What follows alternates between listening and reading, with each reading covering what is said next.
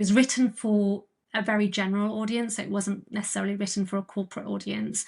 The idea being I really want negotiation to be accessible to everyone and for people to realize that everyday conversations that you're having to reach an agreement are negotiations if you're aware of them, right? So raising that level of awareness in the first instance. And for me, my deeper passion is spreading knowledge and raising the levels of consciousness. And I think and what you've touched on with with me leaving the previous company I worked for was I'm a big believer is you have to walk the talk and you have to embody what you teach. And it's like with values on the walls in many organizations, there's no point in having them espoused on a wall or written on a plaque if they're not embodied and lived every single day, because they set the benchmark for your character and who you say you are and what you say you believe in and the standards you're setting for the organization. So in writing the book, I wanted to demonstrate that whilst from a teaching negotiation to others in a more formal setting has only been in really the last 4.5 years for me, I've got lived experience of nearly 2 decades, and I've got my own inner negotiation that I've navigated to have to get past my own limiting beliefs around what's possible. And I remember my very first experience with my mum. So my mum was raised in India.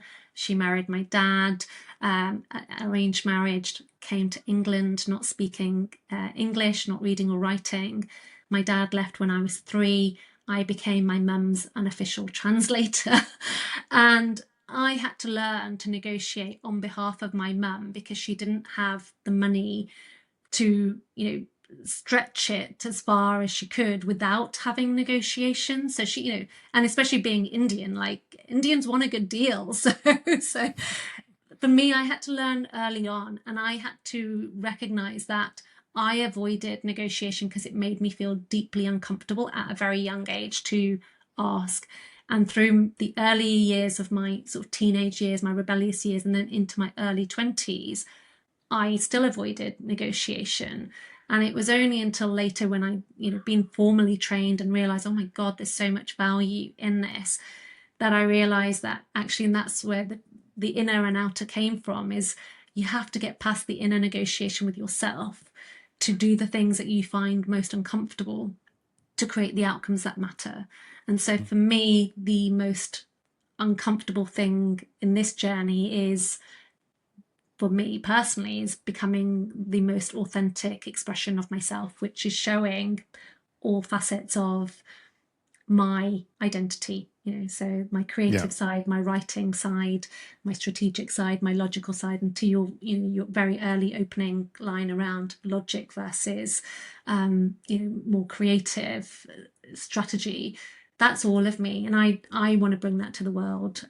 So latterly, just to close off, you can find me now at simplyglin.com. And so the biggest negotiation that I've had this year with myself is to say I'm no longer operating under business brand identities, because it limits my own ability to share my knowledge. And if my biggest contribution to the world is to distill and share knowledge so it's accessible, then I've got to be free to do that in a way that allows me to move in different directions and blend different modalities. And the value negotiator as a brand banner limited me to just one way of people perceiving me. So that's been the biggest shift for me this year, my own internal negotiation.